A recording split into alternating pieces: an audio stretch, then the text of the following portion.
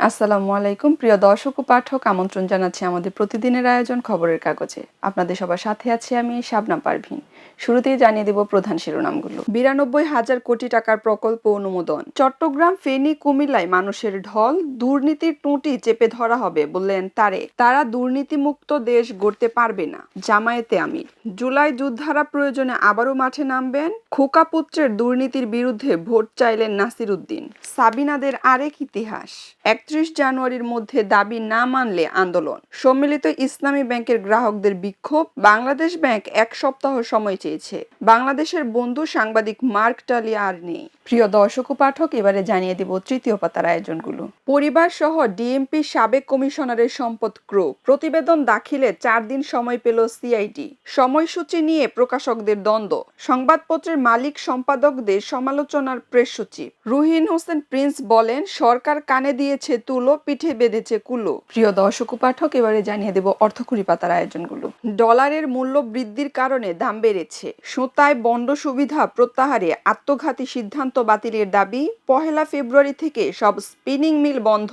BTMA ফাঁকি দেওয়া কর পুনরুদ্ধার হয়েছে। বিশ্ববাজারে বেড়েছে তেলের দাম। গত বছরের চেয়ে 40% বেশি আমদানি। প্রিয় দর্শক ও পাঠক, এবারে জানিয়ে দেব রং পাতার আয়োজনগুলো। প্রেক্ষাগৃহে সালমান শাহর 3 সিনেমা। রাজনৈতিক বিরোধে ইয়াশ নিহা। অবুঝ প্রেমের সাতকাহন।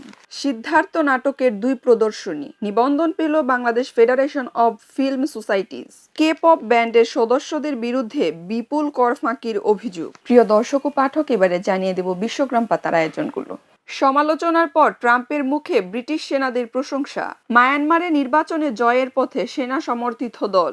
মিনেসোটায় আরেক নাগরিক খুন। যুক্তরাষ্ট্রে আইস বন্ধের দাবিতে বিক্ষোভ। লন্ডনে ফিলিস্তিনপন্থী ধর্মঘটের পক্ষে বিক্ষোভ, গ্রেপ্তার 86। ইউরোপীয় ইউনিয়নের সঙ্গে মুক্ত বাণিজ্য চুক্তির পথে ভারত। প্রিয় দর্শক ও পাঠক, এবারে জানিয়ে দেব খেলার ভুবন পাতার আয়োজনগুলো। সাকিবকে সোয়ার বিসিবি। সৌরভের গল্প মনে করালেন সাবিনা। বাংলাদেশ ছাড়া বিশ্বকাপ, উত্তাল ক্রিকেট বিশ্ব। আইসিসি সিদ্ধান্ত ঘিরে প্রতিবাদ, বয়কটের হুমকি ও রাজনীতির বিতর্ক। অস্ট্রেলিয়ান ওপেন, মেদভেদের বিদায়। প্রিয় দর্শক ও পাঠক, এবারে জানিয়ে দেব শেষের পাতার আয়োজনগুলো। ঠাকুরগাঁওয়ে ফখরুল, মনে হচ্ছে অদৃশ্য শক্তির সঙ্গে লড়াই করছি।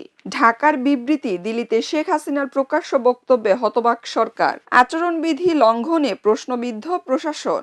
শুধু হ্যাঁ নয়, সরকারের উচিত ভোটাধিকারের প্রচারও চালানো। সাংবাদিকদের সার্জিস আলম বলেন, হেভিওয়েটের চিন্তা দিয়ে বাংলাদেশ টিকবে না।